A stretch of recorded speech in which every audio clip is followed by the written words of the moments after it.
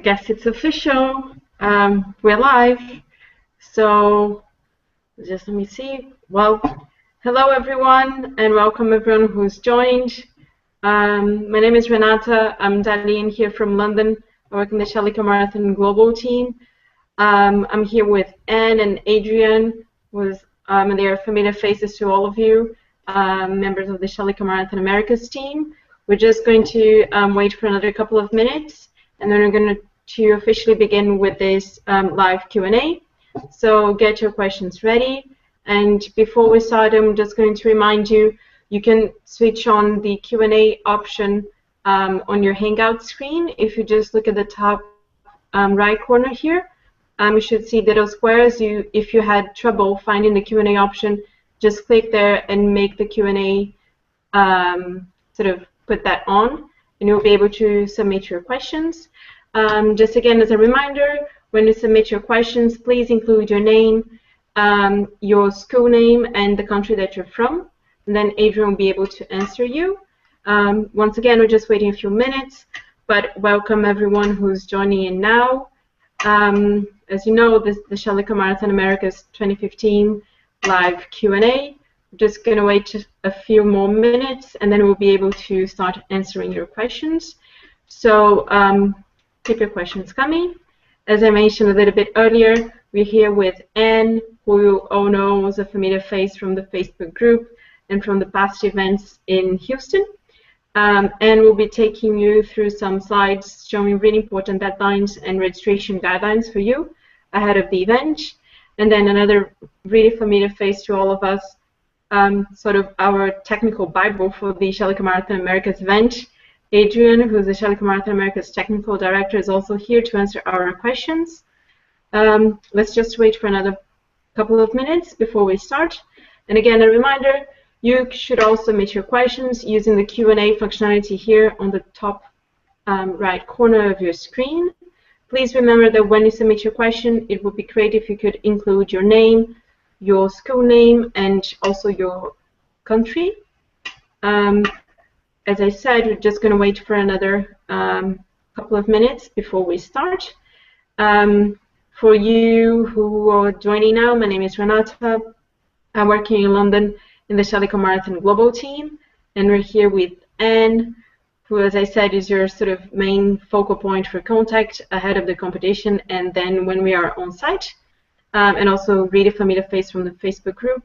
She's going to be taking you through some really important slides with key deadlines and guidelines through the registration phase 2.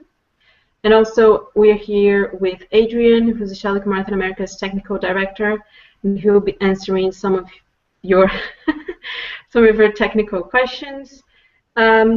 So I guess we're only going to hang to wait one more minute, and then we're going to go and start our presentation.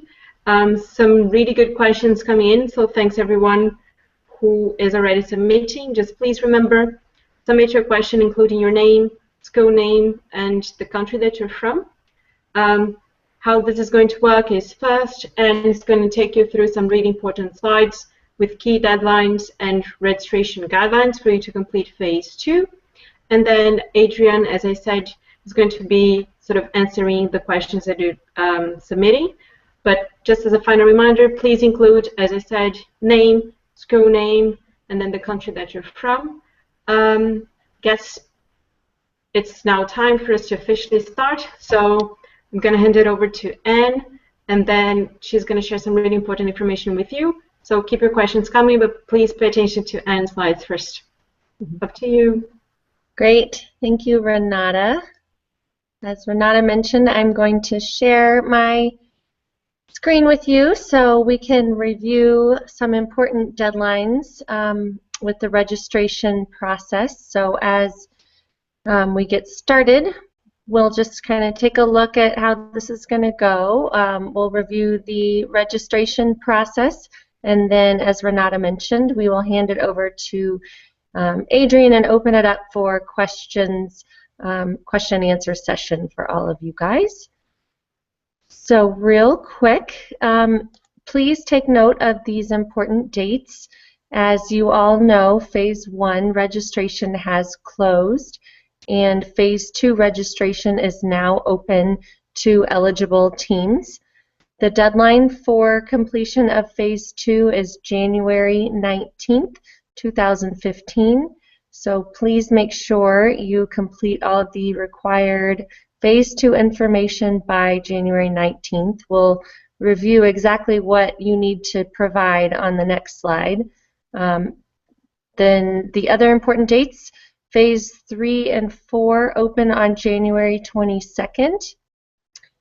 By March 14th, that is the dropout deadline. So oftentimes a team might decide that they are not ready to compete in the competition, but you must inform the event organizers if you are no longer planning to make it, or you will not be allowed to compete the following year. So please make sure to let us know by March 14th if your plans have changed so that we can plan accordingly.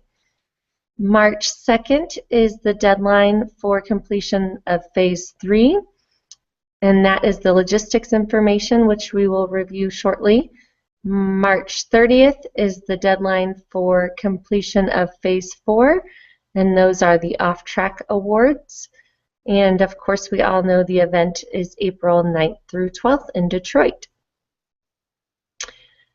So here's just a little bit more information about Phase 2 registration.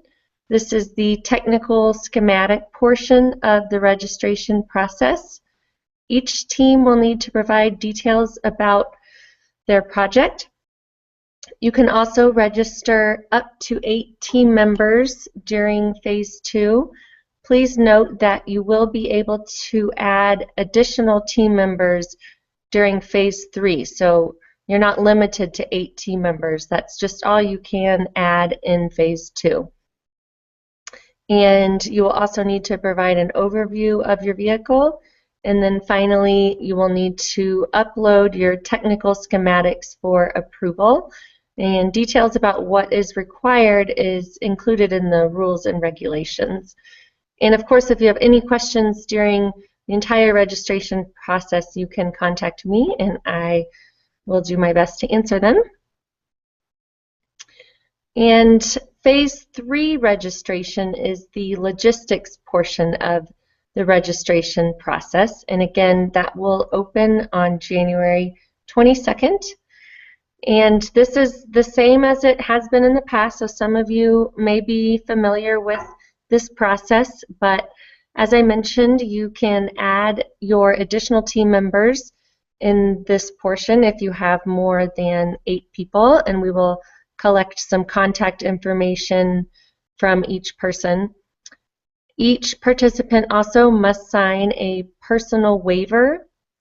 For minors, anyone under 18, you will need to have your waiver signed by your parent or guardian and notarized, and you will need to upload that waiver to the registration website. Anyone over 18 years old does not have to have the form notarized, but we will also need your signature on that waiver.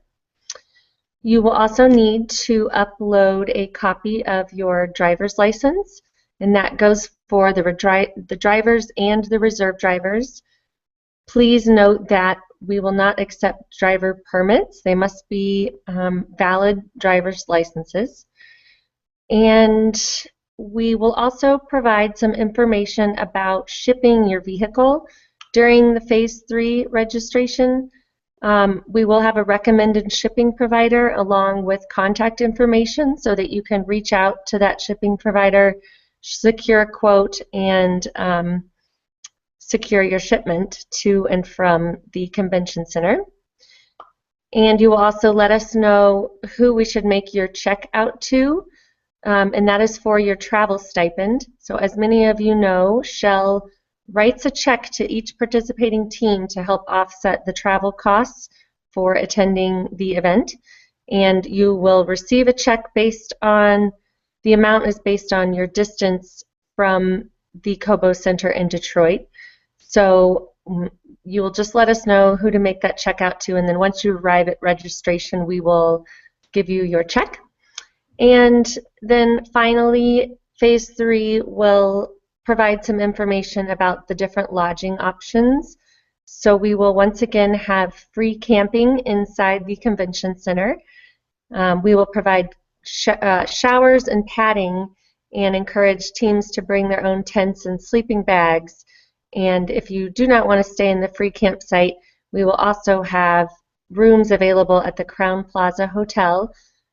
We have a group rate of $165 per night, and we will have a link within the Phase 3 portion of the registration website where you can go to make your reservation. And moving on to Phase 4 registration, again, this is similar to last year. Phase 4 is the Off-Track Awards. It opens on January 22nd and closes on March 30th, and that is 2015, not 2014. The additional details about the Off-Track Awards are included in the rules and regulations, but those awards are communications, tribology, vehicle design, safety, perseverance and spirit of the event, and technical innovation. So please take advantage of this opportunity and fill out the applications during Phase 4 registration. And that's all I had planned for the registration portion of the presentation. And now I'm going to turn it over to Adrian, and we can have our question answer session with you all. Hello everybody, and hope you are doing well. I just want to let you know as I answer these questions, I'm going to do the best I can to be as clear as possible. But if you have a follow-up question, do not hesitate to get it written in there. So I'll try to do the best I can with the time period that we have. The first question I have is I'm in the urban concept class, and we are looking to have an in weight of around 500 pounds, including the driver. Our plan right now is to power the vehicle with one brush motor direct drive, so no chains or belts. 750 watt 24 volt. We would benefit from running two motors to drive each rear wheel. That is acceptable. I'm assuming you're talking hub motors. Just bear in mind, I'd like for you to review Article 57, paragraph C, to understand the maximum wattage that is allowed for the vehicle. So as long as it fits in there, it should be okay. Question 2 from Deborah.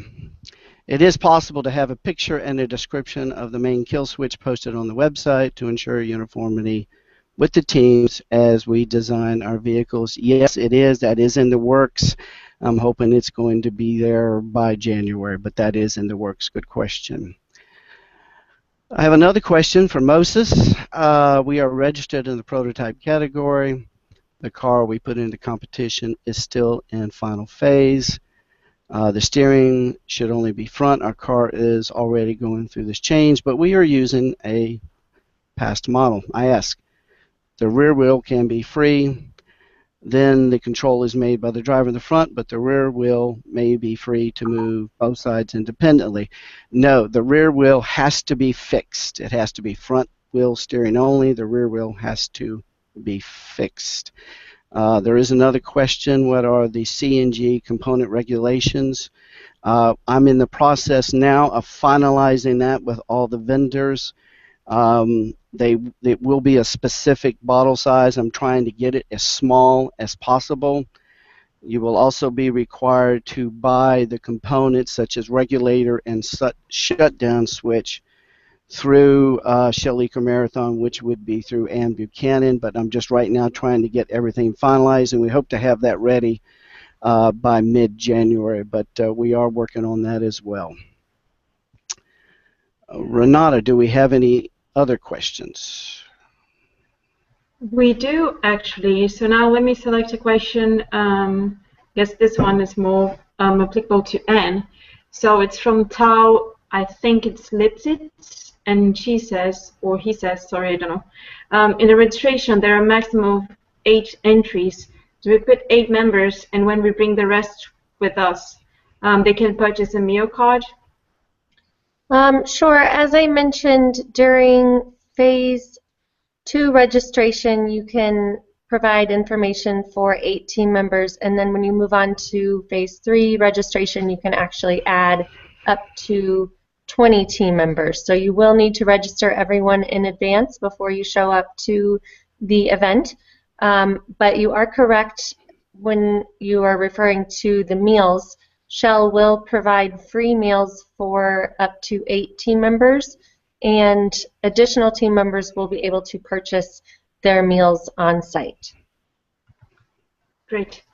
Thanks, Anne. Now let me get this question back to Adrian. It's from Eric Solis from Monterrey, Mexico. The BMS system has to be purpose-made, or can we buy it? Also, do we have to bring hard copies of the documentation to the event? The answer to both questions is yes. The BMS has to be purpose-built. In other words, you have to make it. So make sure you pay attention to that one, because that's what hurts a lot of teams. And yes, we are requiring a hard copy documentation. 2 reasons for that.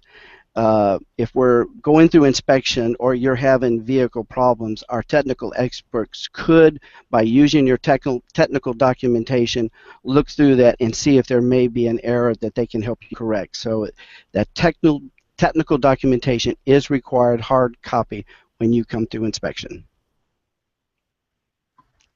Renata, you got another one? Yep, I have another one also about the BMS. This is from Rafael Fiori, and is it necessary to show the BMS circuit or just to show the manufacturer information? We need to see everything working, how it's working, how it's set up. So when you design it, if it can be easily taken apart where we can take a look at it, that will suffice. But our inspectors are going to want to look that over. Good. Thanks again. And now another question from, let me see, from Ameya Desai. Let's get this one. So I'm Ameya from India, studying in Lawrence Technological University. Well done. Can I ask something which is related to Briggs and Stratton engine specifications? Also, I wanted to know what photos we need to post in the team's photos in Phase 2. So I guess one question would be more for Adrian, the other one for Anne. In Phase 2, we're looking for some more detailed information of your vehicle. So, in other words, I know the teams are in the early stages, and the photographs that you posted in Phase 1 need to be updated. So whatever you can post of updated pictures, some of you may have your car in a better completed stage. It helps me to see if you're going in the wrong direction. What I'm looking for, first and foremost, is that you are designing your vehicle with safety in mind to protect that driver. So I'm going to be looking for a frame that goes around the driver to see anything obvious, such as roll bars and items like that. And while I'm talking on this, I just want to remind the teams that in 2015, prototype vehicles, all the tops now must be covered. You cannot have any more open top prototype vehicles. I want to make sure everybody understands that. That's in the rules. So hopefully I've answered your question. I'll let Ann answer the next one. As far as the team photos in Phase 2, I think Adrian touched on that a little bit. There are a couple different photos. I know in Phase 1 it's just kind of a general team photo of the participants on your team. Sometimes teams include the vehicle as well in the photo. But in Phase 2 it's also the technical drawings. So I'm not exactly sure which photos you are referring to, but the rules and regulations will have more information about the technical documentation that is required, which I would encourage you to read. Let me respond again to that one, add on. On the technical documentations, we do want you to upload them. Sadly, though, sometimes when I am trying to review them, depending on how clear they are, they're not real clear. And we don't want to use that as a pass and fail criteria. I try to look at them and see if things are going in the wrong directions. That is why we are requiring for 2015 that every team, every vehicle class must have a hard copy of their technical documentation and bring it with them through inspection. And that will allow us to refer to your technical documentation. If we have questions to the team should be able to answer that and show us in the documentation. So go ahead and download it, but I don't want you to think that that's all you have to do. A hard copy is required when you show up. Renata? Thanks, Adrian. And also talking about documents that are required for the registration, let's continue with a question from Tal Lipsitz. Last year's registration required the pressurization diagram, but this year it only asks for top of fuel tank to engine. Does that mean we do not need to submit the diagram of the fuel pressurizing? I would still submit that. The technical documentation is more in the electrical part, but I would still submit it because there may be something in that drawing that that I can review, and if there's a problem, we can try to get a hold of you so you can correct it before you come to the site. It's still worth doing. And it can be hand drawn as long as I can figure it out. That's one of the problems I have is a number of drawings I just can't tell what the team is actually doing. So if you have CAD drawings or being able to do something really nice that really help, or even just take a picture, that would work too. Great. Thanks, Adrian. Sorry, and just to follow up, also from Tal, are there any details regarding the elevation and the radius for the turns? Actually, I was in Detroit yesterday talking to a survey crew. We're actually going to run a survey of the entire track, and we will get elevations and we will get track widths and turning ratios. I need time for them to do that, so that information will probably be available in January. Thanks again. And just, there's some questions here, sort of all of them related to the same theme, so maybe Adrian, you can just touch base on that again. From Amaya from Lawrence University. Do photos mean drawings or actual vehicle photos? I guess you just touched base on this, but it's always good to recap. We are participating in the competition for a long time, and we're building the vehicle from scratch this year. Thus, it's not really ready to send out pictures. If you're not ready to send out pictures, when I mention pictures, some teams have a very simplistic fuel system. Instead of, if teams have a hard time drawing it up, just take a picture. I can look at it. If you can draw it up, that is fine too. I have no problem with that. Sounds good. Now, let's try a different team. So it's good to get a wide range of questions. So question now is from Andres from Guatemala. We know that we can't run in two categories with the same car, but would you consider it a new car if we change the engine, fuel lines, and a fuel tank? Can you repeat that question, Renata? I want to make sure I understood it. Sure.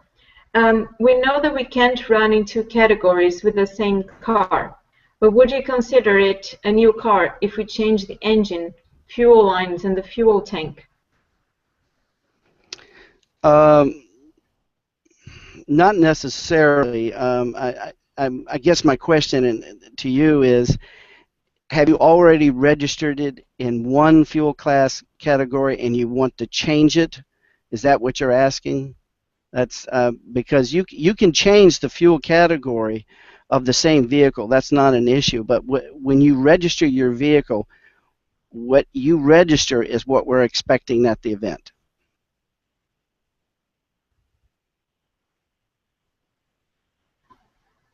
Yep, sounds good. So, Andres, if you want to follow up with another question answering Adrian now, it might be easier for us to answer. But for now, let's just follow up with a question from Mexico.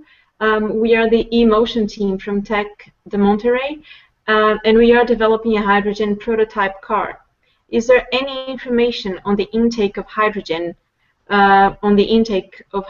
tanks that will be available for the competition? I'm not sure what they're asking. When they say intake, is it INTAKE? Yep. Engine. I'm assuming, are they going to run? Ask them if they're going to run a fuel cell vehicle with that hybrid. Yeah. The eMotion team, if you want to follow up that question again, just explaining a little bit more your question, maybe reword it a little bit just for us to properly answer you. So now we can just try to answer another question. A lot of questions coming in. Just again, as a reminder, everyone who's watching us, please, when you submit your question, include your name, school name, and country that you're from for us to be able to answer, and try to give as many details as possible for Adrian to be able to address you correctly. So now let's get another question from Eric, also from Mexico. The BMS and motor driver can be separated using two different technologies?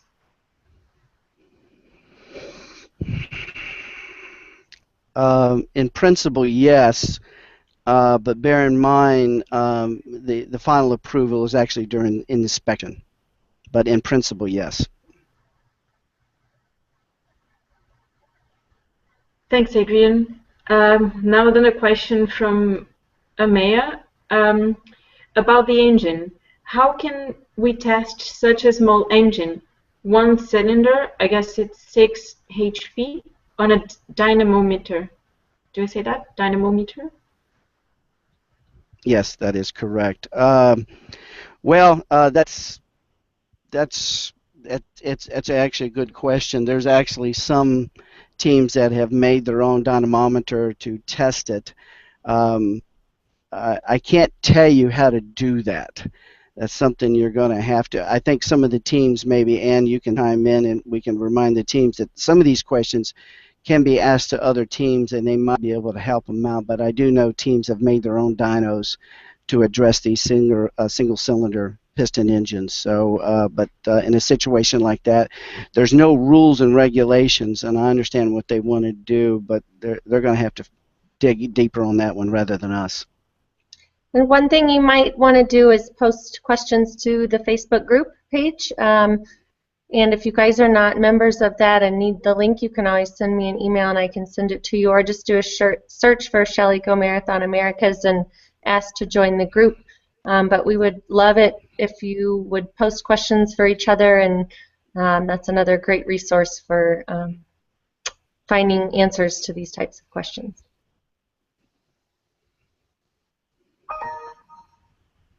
Actually, also as a good follow-up, as Anne was saying, if you just go facebook.com/group/SCM Americas, you go straight to the Facebook group page. Then you can just ask to be a member, and people really help each other, so that will really help you. But now we have some new questions coming in, so thanks everyone for your patience. We're trying to answer as many questions as we can. Now I'm going to answer a question from Ricardo. Can I use the bike lever like a brake pedal if I change the articulating arm?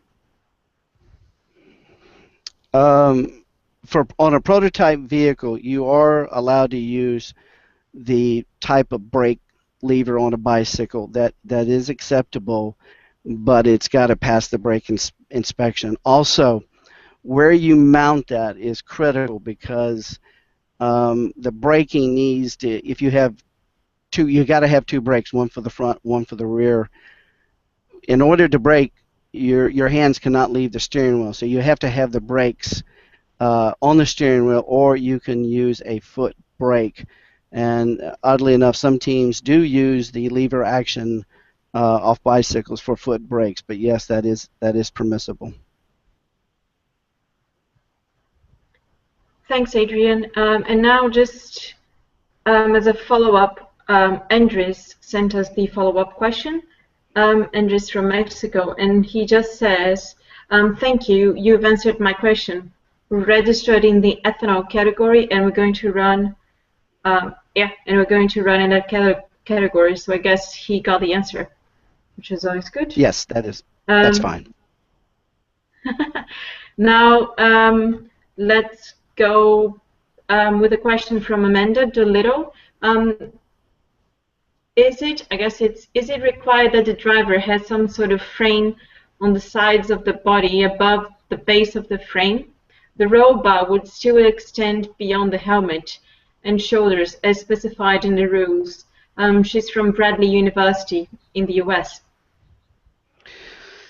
What we're looking for in protecting the driver, what you need to be concerned on is if the driver is hit in a lateral position from either side, is the vehicle designed in such a way to protect the driver that they would not, arms or legs, have to take the brunt of the impact as opposed to the vehicle.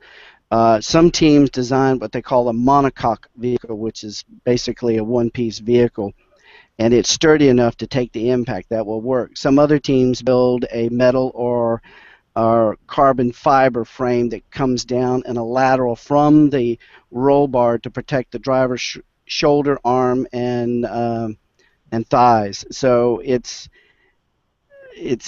kind of hard to, without really looking at your vehicle. But if your driver was to hit an impact, what we're going to look for is the driver protected from a lateral impact. If it is, you're good to go. Thanks, Adrian. Let's get back to Mexico with another question. What are the restrictions of wireless transmission of data from cars to pits? What technologies are we allowed to use? For instance, Wi-Fi, Zigbee, RF? Okay, can you ask that one again, Renata? I'll be honest with you, I didn't understand it. Yeah, Eric from Mexico is asking if there are restrictions in terms of wireless transmission of data from the car to the paddocks, I guess, if they're allowed to use technologies such as Wi-Fi or Zigbee. I guess it's only sort of different technologies for transmitting data from the car to the paddocks. That is allowed. It has to. What we're going to look at, it has to have its own built-in power source. So, I mean, and what I mean by that, I'm assuming if you're going to use some type of electronic data collection, it's whatever you're using, whether it's a cell phone or other type of device. If it has a built-in battery and options like that, and the driver is not going to be touching it or anything like that during the competition, yes, it is allowed.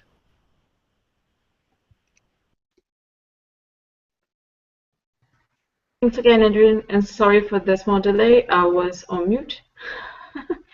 But now, another question from Amaya. Does the EFI system that we are thinking of incorporating, replacing the current carburetor in Brog's engine, does it have to be purpose-made, or can we buy it from outside? The electronic fueling, yeah, I think I know what you're talking about, to control the injection. Yeah, that can be purchased. Thanks again, Adrian. Now let me just hand it over back to Anne. I guess it's always a good time for us. Please keep sending your questions and submitting your questions, and please remember to include your name, school name, and also country that you're from. I'm just going to hand it back to Anne. It's a good time for us to remember and to remind all of us about the key deadlines that are approaching. Sure.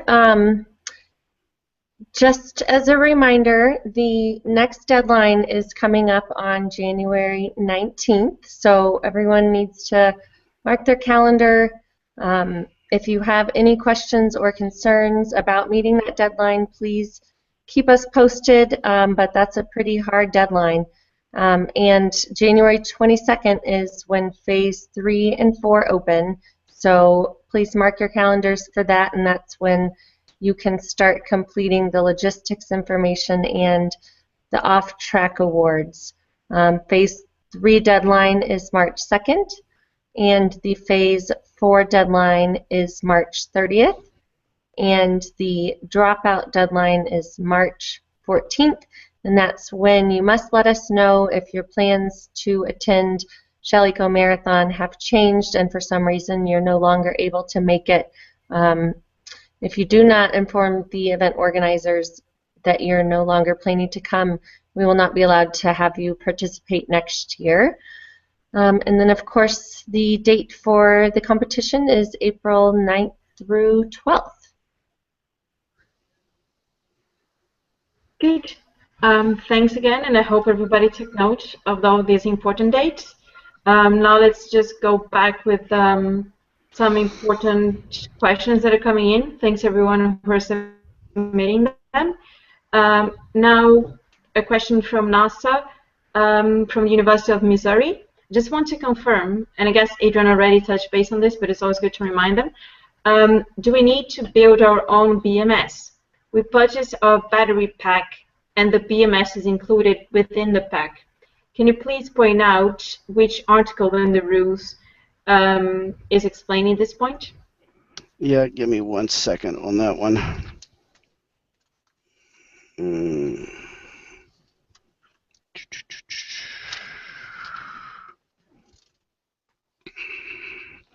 Article 57 is, there's two main articles when it comes to battery electric vehicles. That's Article 57, and give me a second here. Article 67, and as long as the BMS meets the requirements, provide an automatic isolation of the battery invented parameters, and the parameters are also listed in there. That's what we're going to be looking for. So if you can provide some technical information on the BMS unit, that would help us to ensure that the system is sufficient enough. And what we're looking for is undercharging, overcharging, heat, that type of thing, in order to effectively manage the system. So look at those two articles, 57 and 67, read them in detail. There is also a technical tip video on both of them by Joe Redfield, who is our expert. I really encourage you to see both of those, because I think a lot of your questions will be answered. And actually, for all the teams that are listening, this is a good time to remind you that we do have these tech tip videos.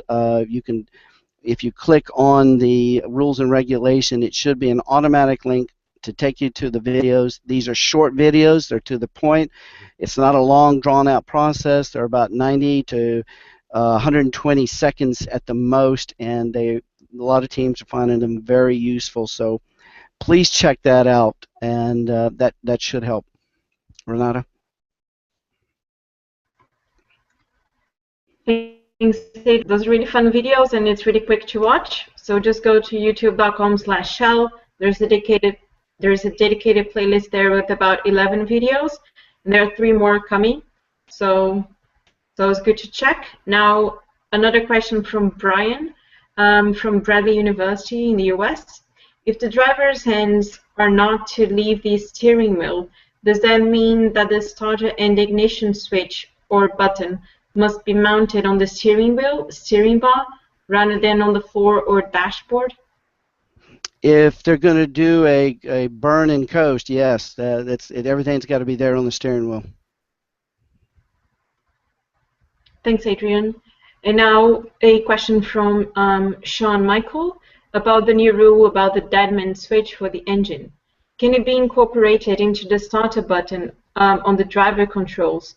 Letting go will electrically kill the engine, but holding will start it. Sean is from Cal Poly. Okay, repeat that question to me one more time. I want to make sure I heard it correctly. Sure. Can the deadman switch be incorporated into the starter button on the driver controls? Letting go will electrically kill the engine, but holding it will start it. That's the question. Yeah. As long as we can test it and prove the functionality, that should be okay. Thanks, Adrian. Now let's just get another question from Eric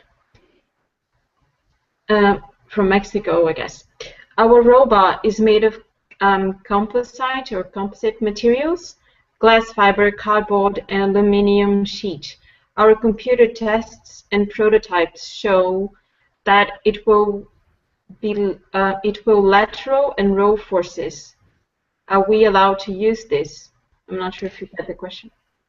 Yeah, I have no problem with that as long as it will pass the static load test. And I guess the question you're going to ask next is, what is the static load test? The best way to do it is if you can get an adult male with a little bit of oomph behind and just have them push their upper body weight on top of it using their arms and see if it flexes. If it flexes either direction, then it's going to be in question. But as long as it can pass the static load, that is acceptable. Thanks again, Adrian. And let me just do some housekeeping and just remind you all that we have about another 15 minutes. So if you do have a question, please submit them. And remember to include your name, school name, and country that you're from. Also, include as many details as you can so that Adrian can get back to you with the correct answer. Also, as a reminder, as Adrian mentioned, it's really important that you read the rules. And the Shell Marathon 2015 rules are available on shell.com for you to download. I'm pretty sure we've already shared that on the Facebook group, but you can share that as well. Also, as Adrian mentioned, there are about 11 tech tip videos available on YouTube, so you can go to youtube.com/shell, and there is a dedicated playlist with these 11 tech tip videos. So you'll be able to see some of your questions I'm pretty sure have been answered in those videos. So just keep an eye out on them, and also please be mindful of the newsletter that was sent over last week. So you should all have received the new Shell Marathon America's newsletter announcing the phase 2 registration opening and with some really important information for you. Now I'm going to get back to some of the questions, but as I said, please keep them coming and include your name, school name, and country that you're from. Now another question from Sean Michael. I know that this isn't a strictly technical question, but are there any plans for smoothing the course? So I guess he's talking about the track in Detroit. Adrian, as you've been there, you were there just last week. You were able to share some details with Michael. I can give you some of the details, preliminary details. It's 0.9 miles for a loop. I'm looking for the team to do 7 laps. It still will be around 24 minutes. There are some slopes in there. Some of them are significant. I do not know the exact percentage. That's what we're waiting for on the survey company to provide to us. There's more straightaways. There's about 1, 2, 3, 4, 5, at least 6 90-degree turns, which I will provide the turning radius information as well. The street is a mixture of asphalt, concrete, and there is one section where it is brick pavers, but it is done in a way that for the prototypes, you may feel a little vibration, but it would only be for a few seconds. For the urban concepts, it won't be an issue at all. We are also planning to have an indoor test track so teams can tune their vehicles before going out onto the track. Right now, that's about as best I can give you. It's completely downtown Houston. It's surrounded by buildings, so it's a totally different environment that we had in Houston. It'll be neat. I think the teams will really enjoy this one, especially the straightaways. What you're going to have to be cautious on is that once you get the elevation or the slope information, you need to be very careful that you tune your engines to make sure there's enough torque to be able to climb up those inclines. And so, until we can get that following information, that's about all I can answer.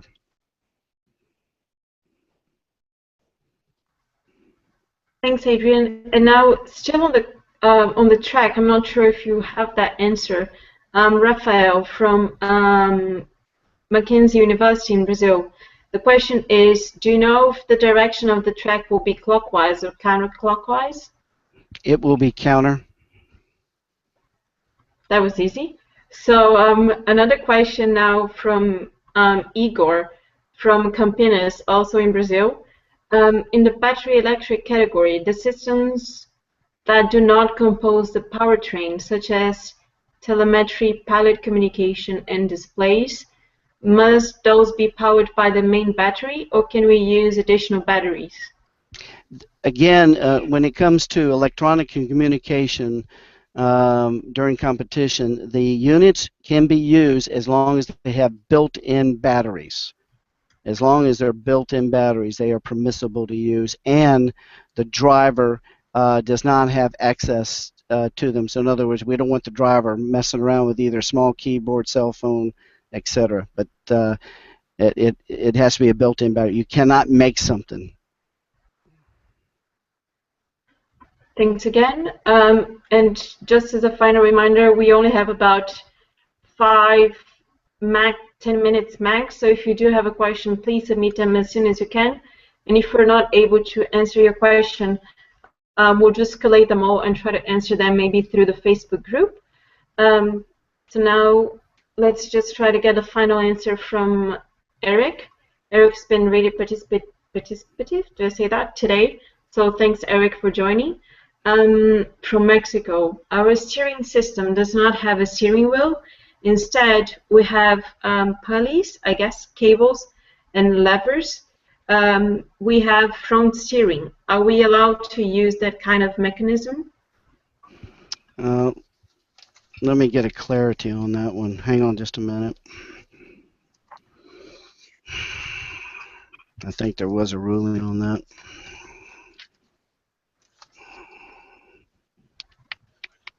Okay.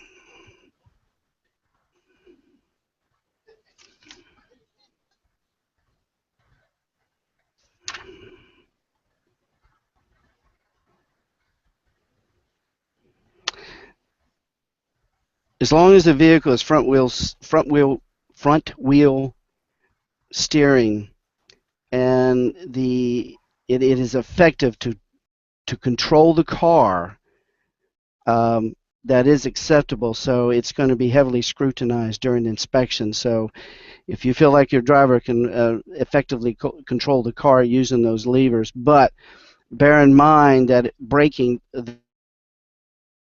those levers, not a foot pedal, but a hand, they need to be mounted on those levers.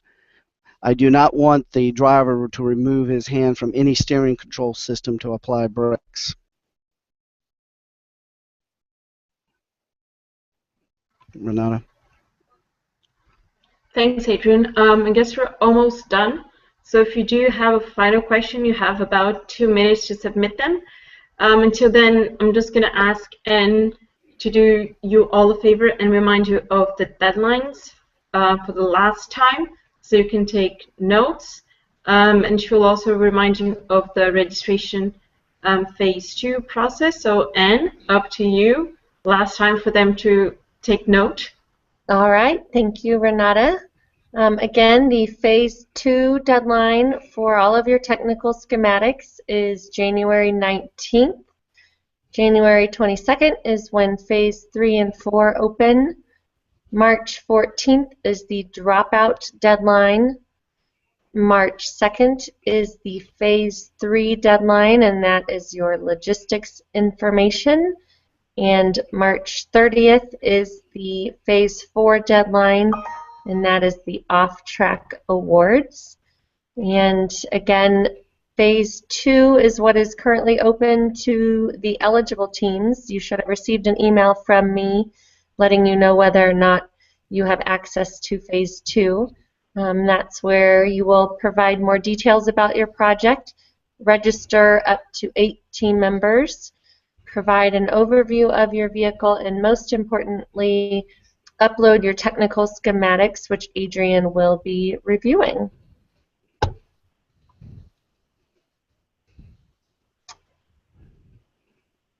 So I think if anyone has any other questions about the registration process, I'm happy to discuss. I know there are a couple of common questions that we get leading up to the event, especially during the Phase 3 portion of the registration website. A lot of people tend to ask if a faculty advisor can be the advisor for multiple teams, and yes, they can. So if you're bringing more than one vehicle to the event, you can have the same faculty advisor, but the team managers must be different if you have more than one vehicle. And another really common question is whether or not non-team members need to register for the event. For example, parents or sponsors or teachers that are not faculty advisors. And really, the event is free and open to the public, so if someone is planning to attend the event, such as a chaperone or a parent, they do not need to register for the competition via the registration website, since the event is free and open to the public. So we're really just looking for those team members and faculty advisors who will be working on the car to register for the competition. And again, you will be able to register more than 8 team members via the registration website. You can add up to 20. We will just be providing free meals for 8 team members, and anyone else can purchase additional meals at the event. So those are just some friendly reminders. Hopefully that helps. Good. Thanks, Anne. And I guess we got a few more questions now. We'll have time to answer a couple more, and then sort of Adrian will have his final words, and then we do need to wrap up. It's a bit late for me, so we all need to understand. So actually, this question comes again from Brian, and he asks, in the first webinar, the deadman switch was mentioned to be required to set the gasoline engine to idle. Does the rule require the switch to kill ignition? Also, does it have to be a button or lever that the driver must hold down during the competition? The design can be up to the teams. What we're going to be looking at is the functionality. What we're trying to guard against is if a driver passes out and they let go of the steering wheel, the car should basically, like on a Ski-Doo or something like that, or some ATVs, it just quits. It just goes to an idle mode. It does not keep revving. So it comes back to a zero position. The motor can continue to idle. We just want to eliminate propulsion. And also, there's a follow-up. The Shell Tech Tips mentioned that this could be incorporated into the, do I say, throttle lever? Can you elaborate on how this can be done? I guess this should be up to them to figure out, right? What was that question again? I guess he's mentioning, still referring to the deadman switch, that it could be incorporated to the throttle, I guess. Yes, yeah, yeah. That's essentially what we're looking for. If you have a lever, just say the driver's using a lever to control the throttle. Even if you just put a spring, and when he lets go of it, it returns to zero. So basically, there's no propulsion. That's acceptable. The main thing is it kills the propulsion if the driver lets go. And if he's holding the button, if he's required to hold a button to keep it going and lets go and it stops, that's fine as well. That will be tested. That is a key element that will be tested. This is a safety feature that we are really keen on. Renata. Thanks, Adrian. And I'm really sorry, but we don't have time for more questions. So thanks everyone who's joined and submitted their questions. Now I'm just going to ask Adrian, do you have any sort of final notes, final comments, anything specific that the teams should be looking at ahead of the competition? Yeah, I just want to have some final words here. Again, and this is an obvious one. The teams tell me they read the rules, but I can't tell you how many times when I'm during inspection and teams are questioning me, and I open the rules and I show it to them, and they give me that glass-eyed look that they didn't see that before. So, I encourage you to please read those rules. Take advantage of those tech tips. Those tech tips have been really helpful for a number of teams. So definitely take advantage of it. Just just be careful. Remember, we're old guys and we're trying to look the best we can in the videos. Second thing is, don't forget you have access to a lot of teams through Facebook. And when I mean by that, it's not to answer technical questions of the rules, but some teams are asking, how can we do this? Or how can we run a brake line this way? This is where the Facebook teams can help you out, maybe with some shortcuts or some good ideas. This is a great avenue to use. Also, really up to the time that you're leaving, you can still submit your questions to the Eco Marathon website, and I can address those questions. I will be addressing questions all the way up until I leave to Detroit. So even if you're not clear, keep coming with those questions. I generally try to answer them within 24 hours as the best I can. So don't hesitate to use that. Um, I'd rather you ask your questions, even if they're repeat, rather than come into the event, you go through the inspection, and we find where you have to make some corrections. If you can get it done before you get to the event, it's so much easier to address while you're still in your workshop and you can get this done.